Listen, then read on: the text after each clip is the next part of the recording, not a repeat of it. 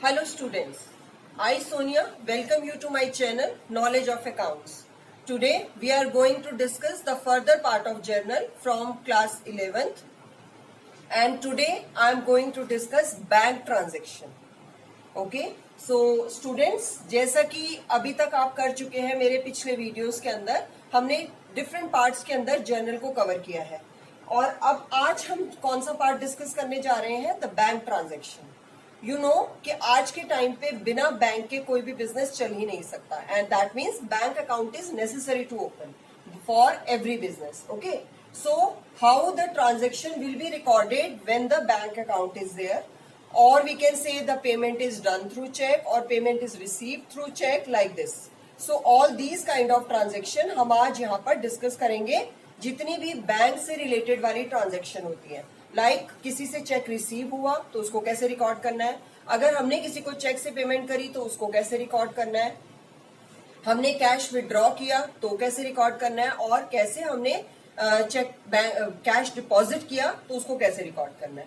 Okay, and bank अगर charges लगाता है, इंटरेस्ट अलाउ करता है, everything. So let's not waste the time and let's start. So पहली ट्रांजेक्शन जो हम बैंक की लेंगे that is cash deposited in bank. Okay, ये आज के टाइम पे whenever the business is having the sale in cash, okay, it is receiving the money in cash. अब वो कैश में रिसीव कर रहा है और आगे उसको अपने पास कैश में नहीं रखेगा, वो अपने कहाँ जमा कराएगा, अपने बैंक अकाउंट के अंदर. ओके, सो उसने अपने बैंक अकाउंट में उसको डिपॉजिट कर दिया. तो डिपॉजिट के टाइम पे क्या होता है, जो बैंक बैलेंस होता है वो इंक्रीज होता है और बिजनेस के अंदर जो कैश होता है वो रिड्यूस हो जाता है. तो इसको आप एसेट की तरह के रूल के हिसाब से ही फॉलो करेंगे. Bank is also asset, cash is also asset. अब now bank balance is increasing, cash is decreasing. So bank balance is increasing तो we will debit it, cash balance is decreasing so we will credit it. यानी deposit की entry क्या है, bank to cash, यानी bank account debited to cash account. अब हम आते हैं नेक्स्ट एंट्री पे, कैश विड्रॉन फ्रॉम बैंक. अब अगर हमने डिपॉजिट तो कभी कभी हमें विड्रॉ भी करना पड़ता है. विड्रॉ मतलब निकालना, बैंक से पैसा निकालना बिजनेस के अंदर यूज के लिए.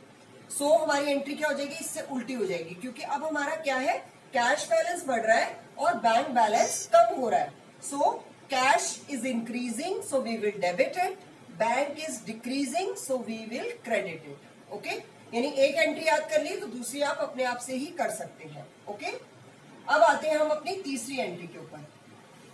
अब है हमारी ये paid to creditors by check.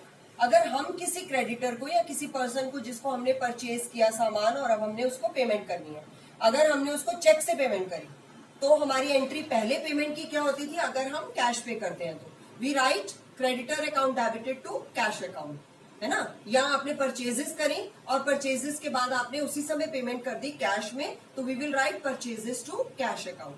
लेकिन अगर हम चेक दे रहे हैं उसको तो हमारी एंट्री क्या बन जाएगी, creditors account debited to bank account. Creditors account को डेबिट करेंगे एंड बैंक, क्योंकि हमारा बैंक बैलेंस रिड्यूस हो रहा है तो बैंक को हम क्रेडिट करेंगे. क्लियर है ना ये. एंड क्रेडिटर्स को हमने क्यों डेबिट किया, ही इज द रिसीवर और you can say liability is reducing. Modern approach के हिसाब से देखेंगे तो आपका क्रेडिटर क्या है, लाइबिलिटी, और लाइबिलिटी आपकी कम हो रही है तो उसको हम डेबिट करते हैं. क्लियर. और लाइबिलिटी जब बढ़ती है तो उसको क्रेडिट करते हैं. अब आते हैं हम money withdrawn by the owner from bank. अब ओनर कौन है, the person who is running the business. Okay, so अगर वो कुछ पैसा निकाल रहा है, अगर तो बिजनेस से निकाल रहा है तो हम करते हैं ड्रॉइंग्स टू कैश. ठीक है, और अगर वो बैंक से निकाल रहा है तो हमारी एंट्री क्या बनेगी, ड्रॉइंग्स टू बैंक, क्योंकि बैंक बैलेंस रिड्यूस हो रहा है, कैश नहीं रिड्यूस हो रहा. सो आपकी एंट्री बन जाएगी drawings account debited to bank account. अब आते हैं हमारे फर्दर पार्ट के ऊपर. ये तो अभी हमने क्रेडिटर वाला पार्ट डिस्कस किया. अब हम आ जाते हैं डेटर्स. अब डेटर्स कौन है, जिनको हमने क्रेडिट में सेल करी है. ओके, सो उनको उनसे हमें पेमेंट रिसीव होनी है. क्लियर ना. क्रेडिटर्स को हम पे करते हैं और वो कब बनते हैं, क्रेडिट परचेज से. और डेटर्स कब बनते हैं, जब हम क्रेडिट सेल करते हैं. अब जब सेल करी हमने, डेटर्स क्रिएट हुए और जब हमें उन्होंने पेमेंट दी तो डेटर्स रिड्यूस हुए. ओके, सो आपकी एंट्री जब अगर हमारे को चेक रिसीव हुआ यानी he has paid through cheque तो हमारी एंट्री क्या आनी चाहिए, बैंक आनी चाहिए. अगर हमने उसको, अब इसको दो कंडीशंस में पढ़ा जाता है. ठीक है, if it is deposited on the same day, अगर चेक रिसीव हुआ और उसी दिन डिपॉजिट हो गया, ठीक है, तब तो आप सीधी सीधी एंट्री करेंगे bank account debited to debtors account. Clear? Bank means bank balance बढ़ गया और डेटर्स हमारे कम हो गए। Debtors is also asset, bank is also asset, so bank account debited to debtors account, ये एंट्री बन जाएगी। अब अगर not deposited the cheque on same day, अगर सेम डे डिपॉजिट नहीं होता, तब आप उसको कैसे रिकॉर्ड करेंगे? कैश की तरह, क्योंकि वो चेक आपके पास बिजनेस में ही पड़ा हुआ है और उसको हम क्या ट्रीट कर लेंगे एट दैट टाइम? कैश। यानी वो चेक जो बिजनेस के अंदर ही रह गया, अभी हमने डिपॉजिट नहीं करा, वो बैंक में तो गया ही नहीं, तो उसने बैंक बैलेंस को तो इंक्रीज ही नहीं किया, so it is like cash only with the business. Okay, so आपकी एंट्री क्या बनेगी? Cash account debited to debtors account. अब जब अगले दिन वो चेक डिपॉजिट होगा बैंक के अंदर, तब आपने क्या एंट्री पास करनी है? जैसे कि आप कैश डिपॉजिट की एंट्री करते हैं, क्योंकि वो चेक को आपने क्या एज्यूम करा? कैश। सो अब आप एंट्री करेंगे bank account debited to cash account. Okay, so आपने वो चेक डिपॉजिट कर दिया। I hope I made my point clear. ये क्लियर हो गया सबको? इसके बाद हम आते हैं, अगर वो चेक डिसऑनर हो जाता है, क्योंकि ये सारा एक ही कंसेप्ट से रिलेटेड है, इसीलिए मैंने इकट्ठा आपको शो किया है। सो जब चेक वो डिसऑनर हो जाएगा, तो डिसऑनर का मतलब क्या होता है? वो चेक जो था वो बैंक में आपने डाला, डिपॉजिट कर दिया। अब बैंक ने जब उनके बैंक से कांटेक्ट किया, तो उनके बैंक के पास पेमेंट पूरी नहीं थी, या ड्यू टू एनी रीजन उन्होंने उसको डिसऑनर कर दिया। डिसऑनर का मतलब उन्होंने उसका ऑनर नहीं किया या पेमेंट नहीं करी। क्लियर है ना? सो अब जिस पर्सन ने देने थे उसके अकाउंट में अगर पैसे कम होते हैं, तो चेक जो है वो डिसऑनर हो जाता है।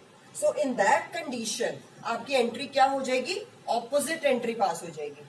पहले आपने करी बैंक टू डेटर, अब एंट्री आप क्या कर दोगे? डेटर्स टू बैंक अकाउंट, क्योंकि बैंक बैलेंस जो आपको लग रहा था बढ़ गया है, वो एक्चुअल में तो बढ़ा ही नहीं, क्योंकि चेक डिसऑनर हो गया। So debtors account debited to bank account, उल्टी एंट्री आप पास करेंगे जिस भी डेट को बैंक आपको इन्फॉर्म करेगा कि आपका चेक जो था वो डिसऑनर हो गया। क्लियर हो गया ये? So I think I made this concept very much clear. अब हम आ जाते हैं हमारे नेक्स्ट पार्ट के ऊपर। बैंक लेवीज सम चार्जेस और इंटरेस्ट। जब बैंक हमारे पे कोई चार्जेस लगाता है, लाइक बैंक चार्जेस, कोई कमीशन चार्ज करता है, क्योंकि बैंक हमारे लिए बहुत सारे काम करता है। बैंक आपके लिए मनी एक से जगह दूसरी जगह ट्रांसफर करता है, आपके लिए पेमेंट कलेक्ट करता है, आपके लिए फैसिलिटीज क्रिएट करता है, ड्राफ्ट बना के देता है। तो हर चीज के लिए बैंक क्या करता है? कमीशन चार्ज करता है। उस कमीशन को बोला जाता है बैंक चार्जेस। ओके, और अगर आप कुछ एक्स्ट्रा मनी विड्रॉ करते हैं तो बैंक इंटरेस्ट भी लगाता है उस पर, है ना? तो वो जो आपके चार्जेस एंड इंटरेस्ट है, दोनों सेम ही है, दोनों ही बैंक के एक्सपेंसेस है। ठीक है, तो उसको आपने कैसे रिकॉर्ड करना है? बैंक चार्जेस और इंटरेस्ट, दोनों में से जो भी हेड होगा आप ले लेंगे। बैंक चार्जेस और interest account debited to bank. इसको आप कैश में पे नहीं करते हो बैंक को, ये बैंक के अकाउंट से ही आपके डिडक्ट हो जाता है। ठीक है, यानी बैंक अपने आपके अकाउंट में से ही उतना पैसा डिडक्ट कर लेगा जो उसकी कमीशन होगी, चार्जेस होंगे या इंटरेस्ट होंगे। क्लियर हो गया? सो ये वाला पॉइंट भी क्लियर हो गया। अब हम आते हैं लास्ट वाली एंट्री हमारी बैंक वाली। इसमें है बैंक अलाउ सम इंटरेस्ट। अब आपके पैसे बैंक में डिपॉजिटेड है, तो बैंक आपको उस पे इंटरेस्ट भी देता है। Okay, some sort of interest also bank pays to us, allows to us. लेकिन वो कैसे देता है? कैश में नहीं देता है। It is a income for us, है ना? लेकिन वो हमें कैश में नहीं मिलती, तो हमने उसको कैसे रिकॉर्ड करना है? क्योंकि वो बैंक के अकाउंट में ही एड अप हो जाएगी, बैंक के बैलेंस को इंक्रीज कर देंगे। So bank account debited to interest allow, यानी बैंक ने जो भी इंटरेस्ट अलाउ किया वो क्रेडिट में आ जाएगा एज इनकम, और डेबिट में आपका बैंक आ जाएगा। तो मुझे लगता है कि मैंने अपने बैंक वाली एंट्रीज आपको बहुत अच्छे से समझा दी है। फिर भी अगर किसी को कोई प्रॉब्लम हो तो आप कमेंट सेक्शन में पूछ सकते हैं। So hope you like the video and see you in the next video. जल्दी ही मिलती हूँ मैं अपने दूसरे वीडियो के अंदर इसके आगे का पार्ट डिस्कस करते हुए। So till then students, bye bye.